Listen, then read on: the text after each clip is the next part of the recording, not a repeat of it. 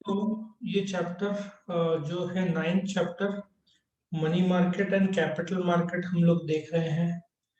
8 mark का chapter है, मतलब 2 शॉर्ट नोट आएगा और 2 से 3 मार्क का ऑब्जेक्टिव आएगा, ऐसा दिखता है इसमें से। So let us start the revision of this chapter. सो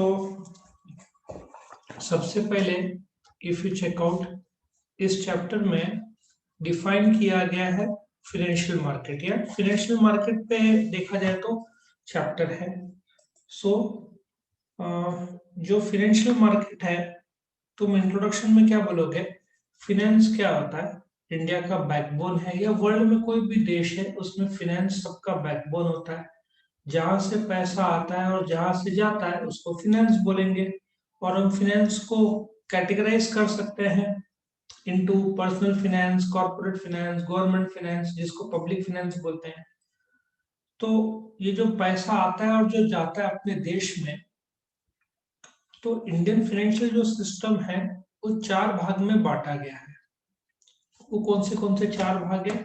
उसमें फाइनेंशियल इंस्टीट्यूशंस है, मतलब कि तुम्हारा जो संस्थाएं हैं, फाइनेंशियल मार्केट से, जो कि पूरा चैप्टर इस पे बेस्ड है। फाइनेंशियल इंस्ट्रूमेंट्स है, इक्विटी, प्रेफरेंस शेयर्स, वो एसपी में भी है।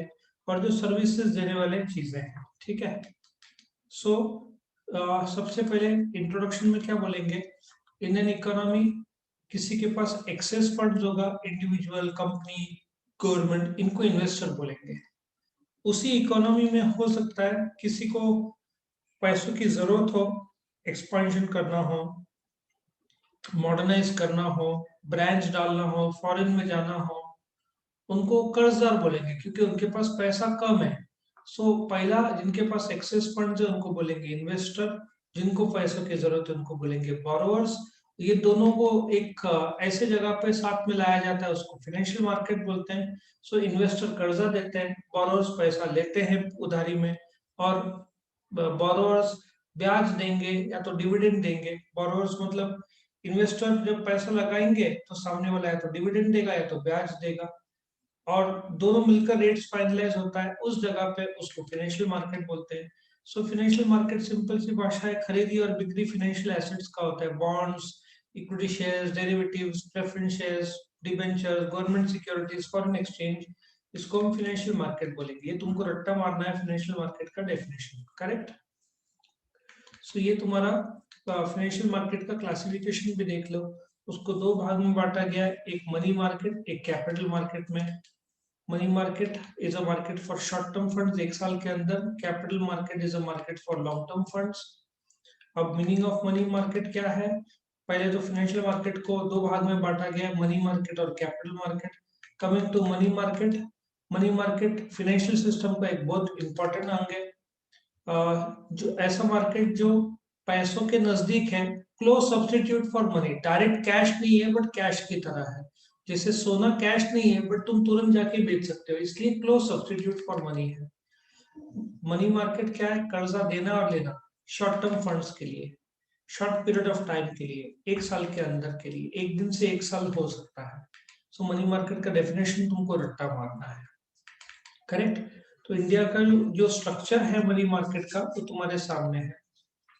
स्ट्रक्चर में ऑर्गेनाइज सेक्टर है, जिसमें आरबीआई, कमर्शियल बैंक्स, ये सब स्टैंडर्डाइज्ड है। जैसे सब बैंक्स का राजा आरबीआई है, कमर्शियल बैंक्स का अपना काम है, कोऑपरेटिव बैंक्स का अपना काम है, डेवलपमेंट फाइनेंशियल इंस्टीट्यूशंस का अपना काम है, डिस्काउंट और फिनेंस हाउस का अपना काम है।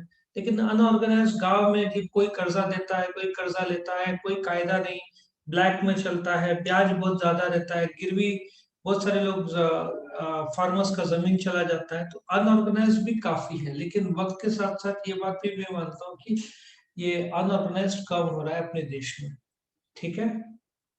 तो हम आगे बढ़ते हैं। ये तुम्हारा अगेन शॉर्ट नोट का क्वेश्चन आ सकता है। अभी जो role of money market technically थोड़ा सा बाद में आया था, सो अपन अभी देखेंगे ये अपना क्या क्या कवर अप हो गया। यहाँ पे हो गया सेंट्रल बैंक, लेकिन लॉजिक क्या था कि वंस मनी मार्केट में थे तो इन लोगों ने बीच में सेंट्रल बैंक डाल दिया। मेरे हिसाब से तुम क्या कर सकते हो, जो मनी मार्केट में है तो what is money market, structure of money market हो गया, तो role of money market, problem और रिफॉर्म्स ये साथ में कर सकते हो, तो क्या होगा, इससे तुमको आसानी होगा। सो ये फाइनेंशियल मार्केट में तुम एग्जाम में ड्रॉ जरूर करोगे, मनी मार्केट का कुछ भी पूछा तो। मनी मार्केट तो ऑलरेडी बता दिया है, सो इसको वापस बताने की जरूरत नहीं है, ठीक है।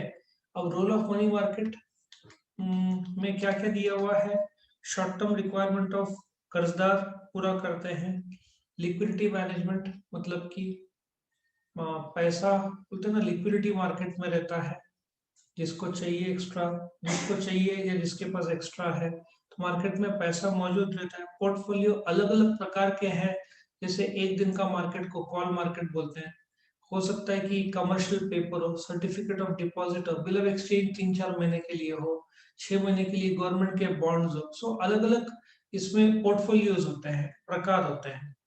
इक्विलिब्रेटिंग मैकेनिज्म, डिमांड और सप्लाई मिलकर शॉर्ट टर्म फंड्स और उसका ब्याज दर तय होता है। फिर गवर्नमेंट का भी फाइनेंशियल रिक्वायरमेंट ये पूरा करता है शॉर्ट टर्म का। और जो कैश है, अलग अलग फाइनेंशियल इंस्ट्रूमेंट्स है, 1 दिन, 15 दिन, 30 दिन, 3 महीना, 6 महीना, साल भर। तो जैसे तुमको कैश का रिक्वायरमेंट है वैसे पूरा करता है। और जो इंडस्ट्री को कैश चाहिए जिससे उसका प्रोग्रेस हो सके, तो ये बोलते हैं ना, कॉमर्स, इंडस्ट्री और ट्रेड का ग्रोथ होता है। तो रोल ऑफ मनी मार्केट ले लिया। अभी हम क्या करेंगे, हम प्रॉब्लम्स ऑफ मनी मार्केट ले लेंगे। मतलब लॉजिक क्या है, मनी मार्केट है तो मनी मार्केट के संदर्भ में सब खत्म कर दिया तो ज्यादा मुझे लगता है आसान और अच्छा इजी होगा। Role of money market, problem of money market क्या है, ड्यूअल स्ट्रक्चर है, ऑर्गेनाइज्ड है, अनऑर्गेनाइज्ड है। जब जिसको कर्जा नहीं मिलता ऑर्गेनाइज से, वो अनऑर्गेनाइज में जाता है, और अनऑर्गेनाइज वाले क्या करते हैं, फायदा उठाते हैं। उनको पता है कि ऑर्गेनाइज में जहाँ ब्याज दर 8% वो लोग लेंगे 24%। कोऑर्डिनेशन नहीं है, कायदा नहीं है, कई सारा ब्लैक में चलता है, टैक्स भरते नहीं है लोग, ठीक है ना। तो ये डुअल स्ट्रक्चर है।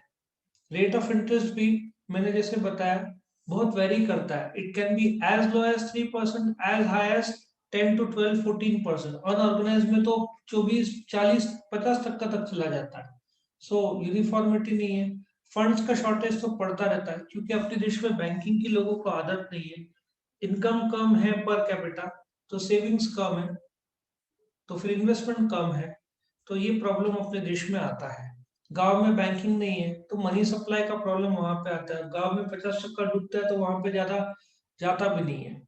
Seasonal fluctuations again, peak season October to June finance का रिक्वायरमेंट रहता है फसल के लिए, ठीक है। लेकिन बाद में अप्रैल टू जून, अक्टूबर टू जून के बाद में तुम देखोगे जुलाई, अगस्त, सितंबर 3 महीना एकदम सामसूम रहता है, मतलब फ्लक्चुएशंस बहुत है। एग्रीकल्चर, बारिश के हिसाब से बहुत फर्क पड़ता है।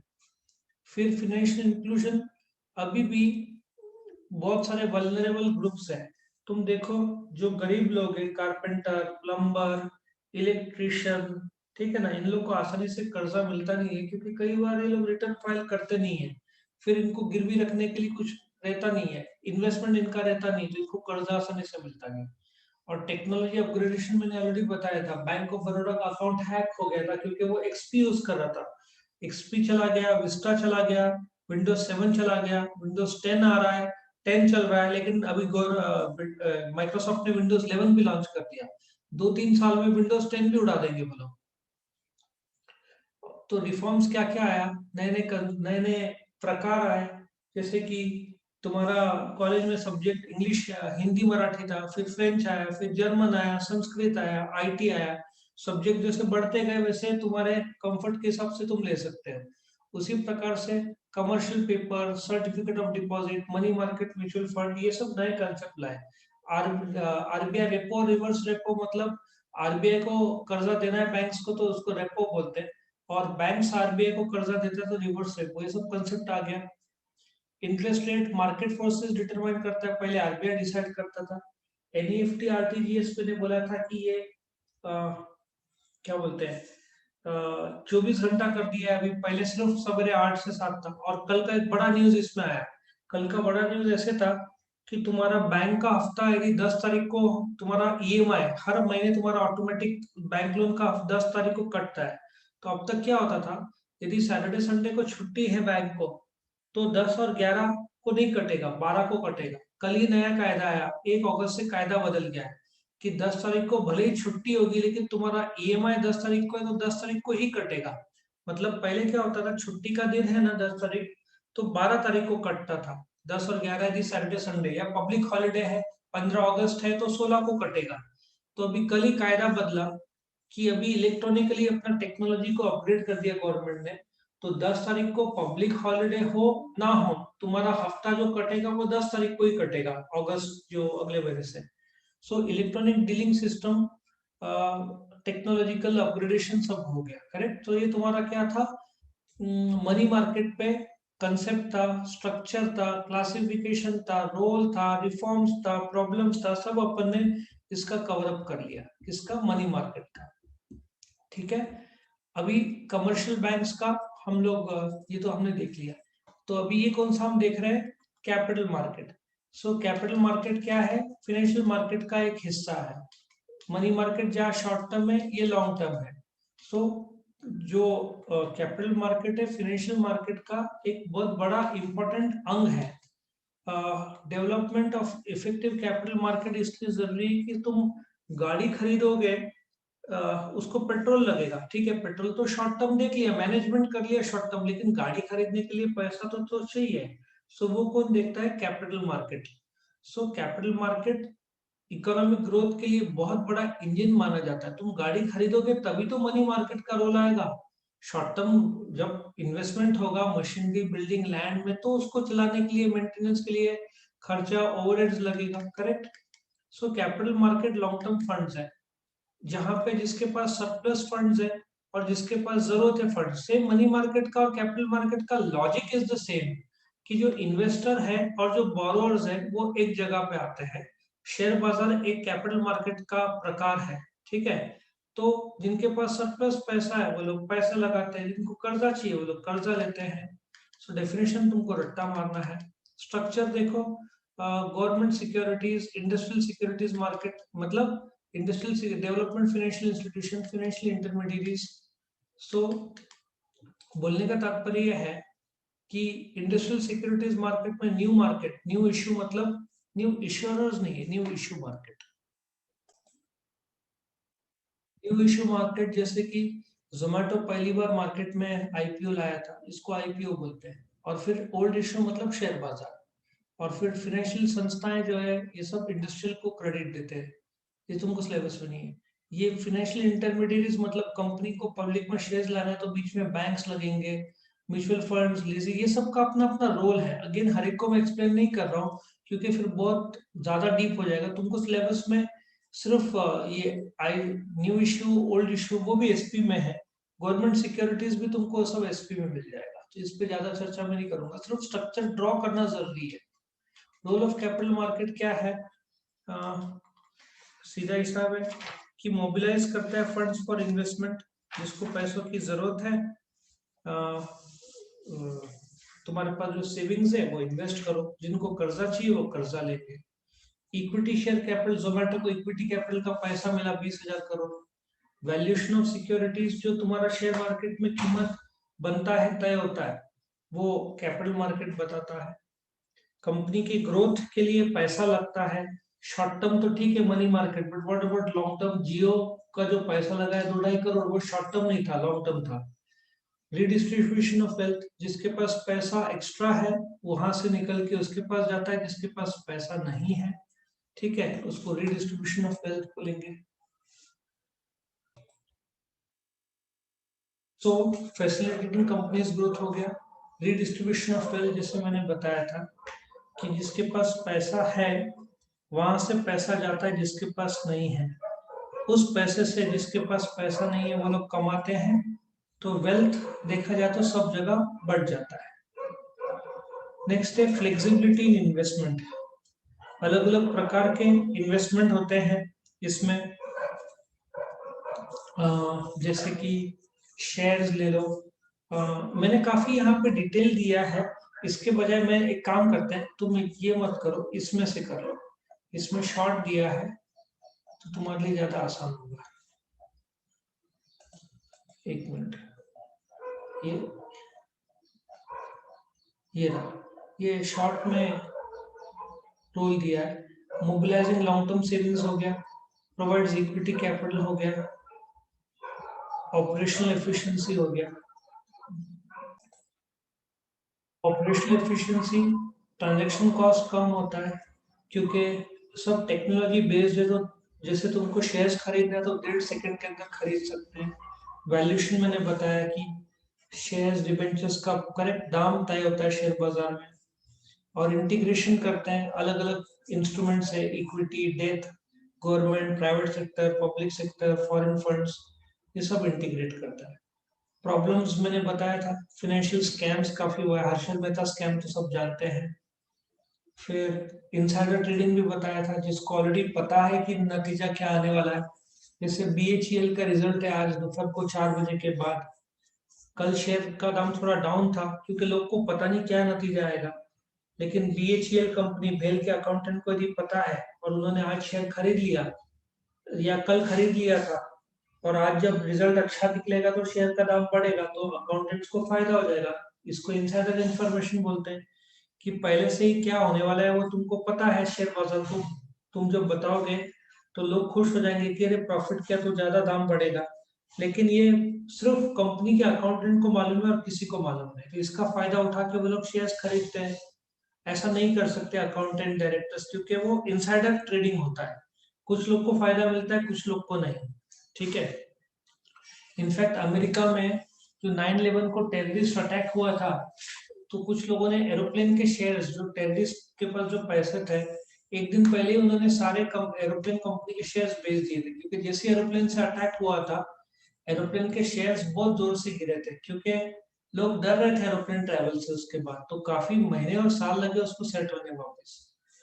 फिर इनएडिक्वेट डेब्ट इंस्ट्रूमेंट, बॉन्ड्स, डिवेंचर्स, दो ही तो मेन है, बाकी तो नवे इंस्ट्रूमेंट्स है ही नहीं इसमें। Commercial paper, certificate of deposit, सब तो शॉर्ट टर्म के हैं। सो वॉल्यूम ऑफ ट्रेड, जैसे मैंने बताया था, national stock exchange, Bombay stock exchange का ही सब कब्जा है देखा जाए तो। बाकी लोकल स्टॉक शेयर बाजार का वॉल्यूम कम होते जाता है। और इंफॉर्मेशन एफिशिएंसी, ये कई बार इंफॉर्मेशन बोलते हैं ना, आजकल तो मीडिया में पहले आता है, लेकिन अभी भी इंफॉर्मेशन कंपनी जब देती है तो ठीक से पता नहीं रहता है क्या चल रहा है। इंफॉर्मेशनल थोड़ा सा इस पे गवर्नमेंट को वर्क करना चाहिए, क्योंकि यदि कोई भी नया इंफॉर्मेशन है वो पहले से लीक हो जाता है, गलत चला जाता है, और मीडिया में पहले आ जाता है, शेयर बाजार को बाद में मिलता है, अफवाह बहुत सारा रहता है, तो इसमें थोड़ा सा प्रॉब्लम है इंफॉर्मेशन एफिशिएंसी में। रिफॉर्म्स, जैसे मैंने बताया कि सेबी का गठन हुआ, बहुत स्ट्रिक्ट है सेबी। सेबी शेयर बाजार को कंट्रोल करता है। नेशनल स्टॉक एक्सचेंज 1992 में एस्टेब्लिश हुआ। आई थिंक वर्ल्ड का तीसरा और एशिया का सबसे बड़ा, इंडिया का सबसे बड़ा स्टॉक एक्सचेंज है। उस कंप्यूटराइज स्क्रीन बेस्ड ट्रेडिंग, अभी वहाँ दलाल जैसे खड़े रहते थे स्कैम 92 में एक साथ, अभी वो नहीं रहा। ठीक है, डीमैट अकाउंट आ गया जहाँ पे तुम्हारे शेयर्स इलेक्ट्रॉनिक फॉर्म में रहते हैं। आजकल ग्लोबल फंड्स तुम एडीआर जीडीआर के तौर पर उठा सकते हो। और इन्वेस्टर एजुकेशन और प्रोटेक्शन फंड सेटअप किया गया ताकि इन्वेस्टर को अवेयर किया जा सके, उनको प्रोटेक्ट किया जा सके। अब इस चैप्टर में 2 मेन क्वेश्चन करने बाकी है तुम्हारे, ये तो अपन ने सबने ले लिया है। अभी जो हम क्वेश्चन लेंगे वो है व्हाट इज अ बैंक। ये हम देख रहे हैं कमर्शियल बैंक जो है उसके बारे में, कमर्शियल बैंक के फंक्शंस और फिर सेंट्रल बैंक के फंक्शंस लेंगे। सो बैंक्स का क्या बोलेंगे, डिराइवेशन, बैंक, बैंका या फ्रेंच का बैंक की वर्ड से आया, यहाँ टेबल है, मनी लेंडर टेबल से आया। फर्स्ट बैंक 1472 में इटली में था, जो आज भी है 1624 में उसको प्रॉपर बैंक बनाया गया। बैंकिंग तो अपने वैदिक टाइम से माना जाता है, वहां पे शेख शाह थे, लेकिन ऑफिशियली जो बैंक एस्टेब्लिश हुआ इंडिया में वो बैंक ऑफ हिंदुस्तान एस्टेब्लिश हुआ था 1770 में। ठीक है। सो ये तुम्हारा एबीसी फॉर्म में बताया। इंट्रोडक्शन में क्या बोलोगे, बैंक एक सिंपल सा एक संस्था है जो पैसा में डील करता है, लोगों से डिपॉजिट लेता है, उस पैसे से कर्जा देता है, डिपॉजिट लेता है तो ब्याज 3% देता है, कर्जा देता है तो ब्याज 7% लेता है, 4% बैंक का कमाई। इस प्रकार से बैंक काम करता है। पब्लिक सेक्टर में bank of Maharashtra, private sector में आईसीआईसीआई बैंक की एग्जाम्पल है।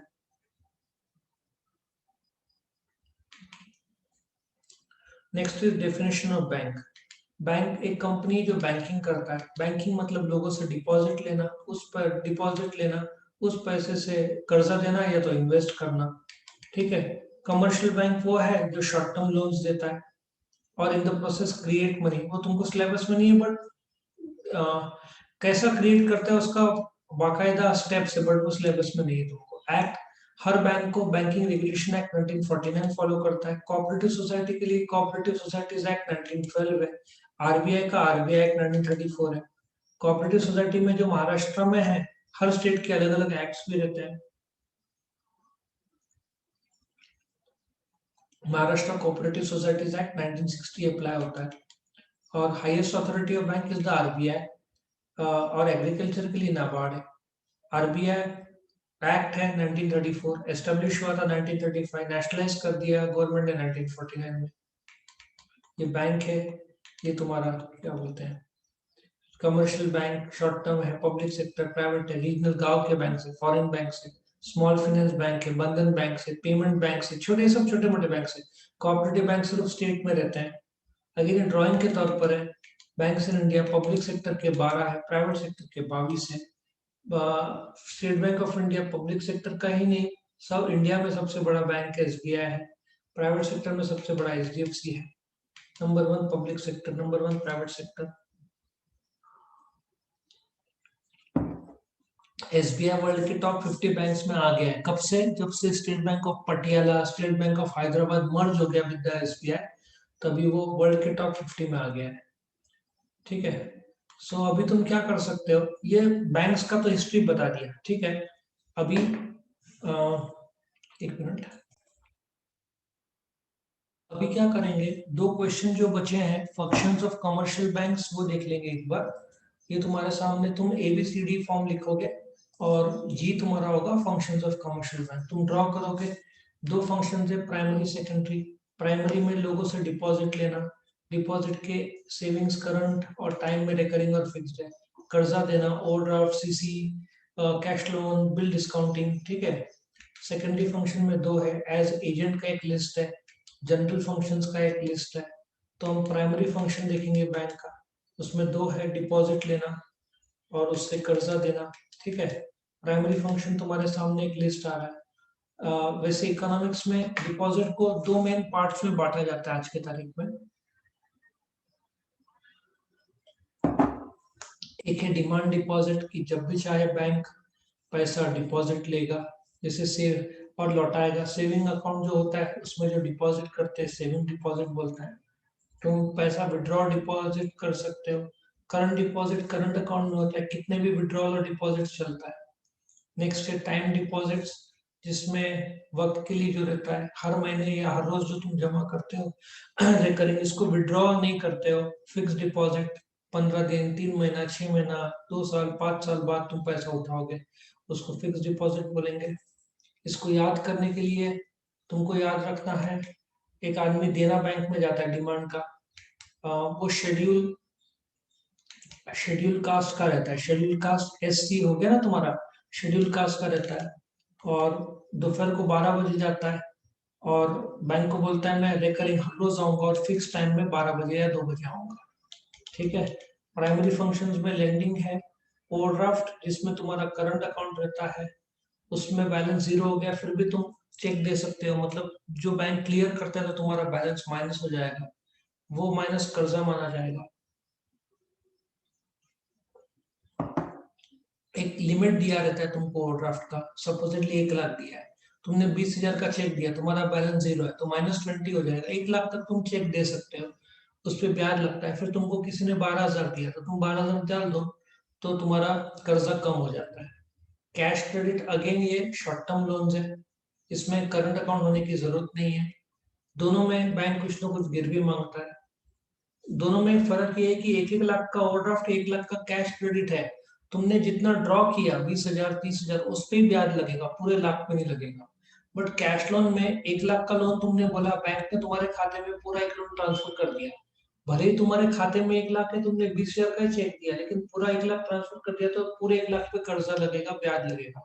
डिस्काउंटिंग ऑफ बिल, जो बिल डिस्काउंटिंग तुम करते हो, ठीक है, बिल डिस्काउंटिंग जैसे बिल ऑफ एक्सचेंज था, उसको एक्सप्लेन करने की जरूरत नहीं है, अकाउंट्स में ऑलरेडी एक्सप्लेन किया है, ड्रॉ ड्रॉ ए पे, ठीक है ना, रिटायरमेंट, ऑनर, डिसऑनर, ये सब कंसेप्ट डिस्काउंटिंग ऑफ बिल में आएगा।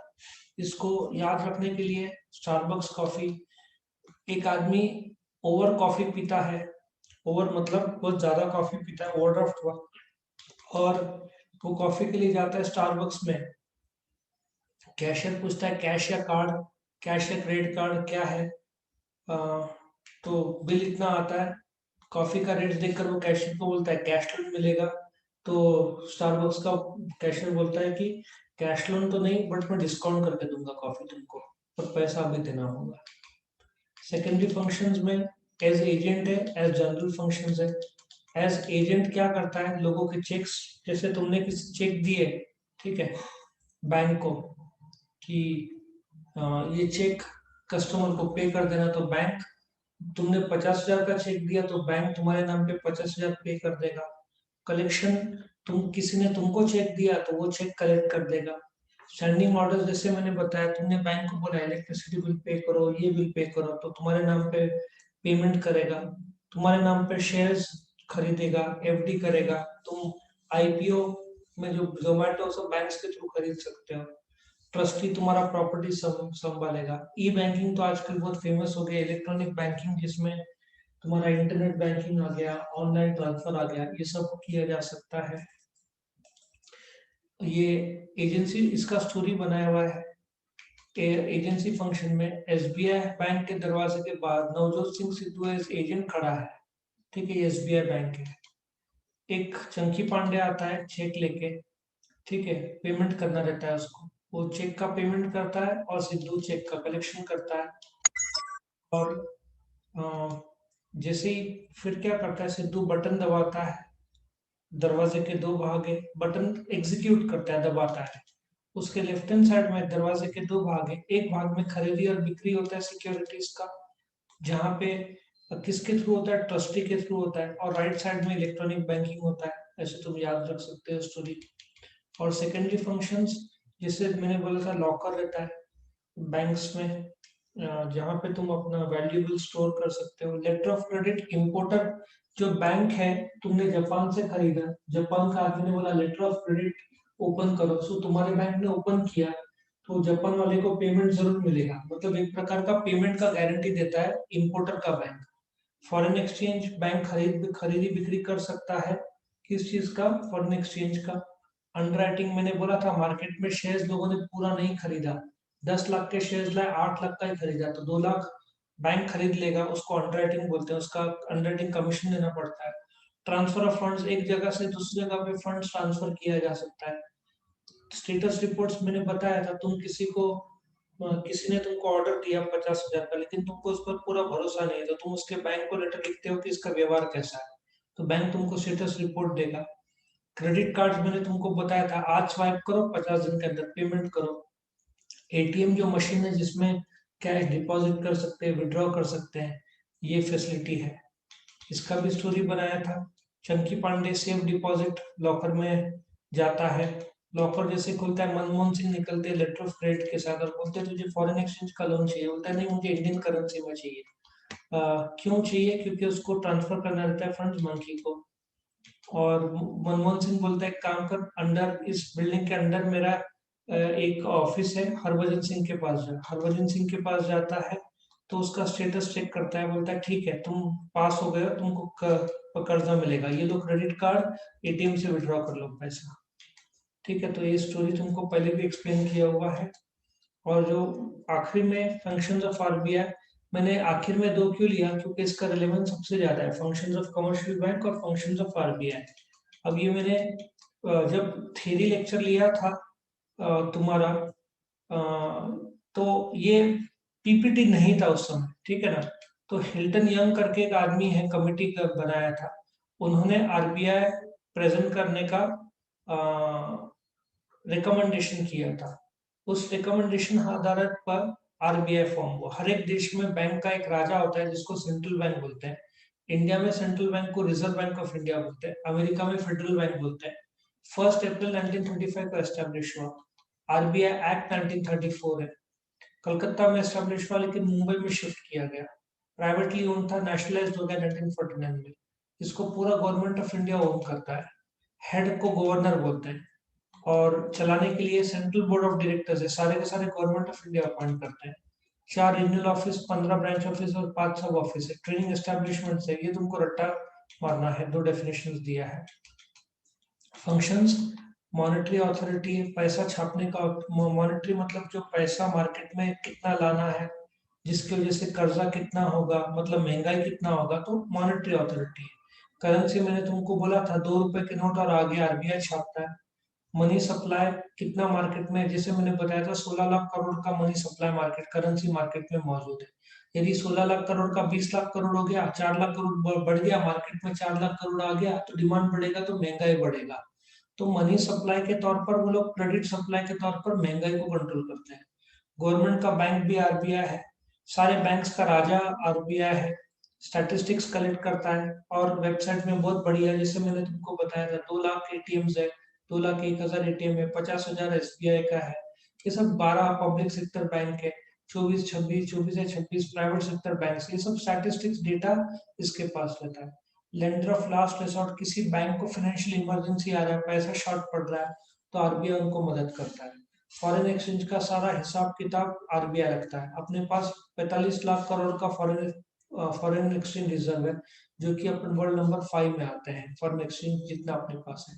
अलग अलग बैंक्स का ऑडिट आरबीआई करता है और कुछ कमी निकला तो पेनल्टी लगाता है। सिबिल मैंने बताया था, क्रेडिट इंफॉर्मेशन सर्विस। तुमको कर्जा चाहिए तो बैंक बोलेगा कि तुम्हारा पैन नंबर दो। पैन कार्ड की मदद से तुम्हारा जो सिबिल है ना, वो रिकॉर्ड चेक करते हैं और पता चलता है तुमने पहले कोई कर्जा डुबाया है क्या, कोई क्रेडिट कार्ड का लोन चल चल रहा है क्या, वो सब तुरंत सिबिल से पता चल जाता है। अभी डिपॉजिट इंश्योरेंस, पहले 1 लाख तक का इंश्योरेंस था, अभी 5 लाख का हो गया। और उसमें भी एक नया कायदा गवर्नमेंट ला रहा है, पास नहीं हुआ है, बिल पास होगा अभी, कि यदि बैंक बंद हो जाता है तो 90 दिन के अंदर 5 लाख रुपए तक तुमको अपना पैसा मिल जाएगा इंश्योरेंस से। ट्रेनिंग देता रहता है अलग अलग एम्प्लॉय सबको। और क्लियरिंग हाउस है जहाँ पे इंफॉर्मेशन क्लियर होते जाता है। मतलब information clear in the sense कि एक बैंक का दूसरे बैंक को पेमेंट करना है तो वाया आरबीआई क्लियरिंग हाउस बन जाता है। इसका स्टोरी मैंने बताया था कि मुंबई में मॉनेटरी अथॉरिटी आरबीआई, वहां से तुम ट्रेन से आते हो नासिक रोड करेंसी प्रेस में आते हो जहाँ पे करेंसी छपता है और पूरे देश का मनी सप्लाई और उधारी कंट्रोल होता है। नासिक रोड से तुम आते हो Rajiv Gandhi Bhavan, Canada corner side, Sharanpur road बोलना चाहिए, जहाँ पे म्यूनसिपालिटी है Nashik municipal corporation, banker to the government है आरबीआई। म्यूनसिपालिटी के सामने बहुत सारे बैंक है, उन सब का राजा आरबीआई है। वहाँ पे एक सिग्नल है, वहाँ पे आरबीआई स्टैटिस्टिक्स कलेक्ट करता है। वहाँ पे बाफना ज्वेलर्स है सिग्नल के राइट हैंड साइड में, वहाँ पे तुम जाते हो, तुमको कर्जा चाहिए रहता है फॉरेन एक्सचेंज का। नहीं, तुम्हारा लास्ट रिसोर्ट, तुम्हारे पास आखिर का सोना है, तुम वो लेके जा रहे हो कर्जा लेने के लिए। वो लोग फॉरेन एक्सचेंज में लोन देते हैं तुमको तुम्हारा अकाउंट ऑडिट करने के बाद, लेकिन तुम्हारा क्रेडिट इंफॉर्मेशन, बाफना ज्वेलर्स के ऊपर 2 ऑफिसेज है, एक तुम्हारा क्रेडिट इंफॉर्मेशन चेक करता है और एक डिपॉजिट इंश्योरेंस करता है। फिर तुम टेरेस में जाते हो जहाँ पे टेरेस में ट्रेनिंग का काम भी हो रहा है और जिसकी वजह से गवर्नर का भी घर वहां पे ही है, गवर्नर का भी हाउस टेरेस में, इसलिए सिग्नल क्लियर है। करेक्ट। सो ये तुम्हारा पूरा का पूरा रिवीजन था of the 9th chapter of economics.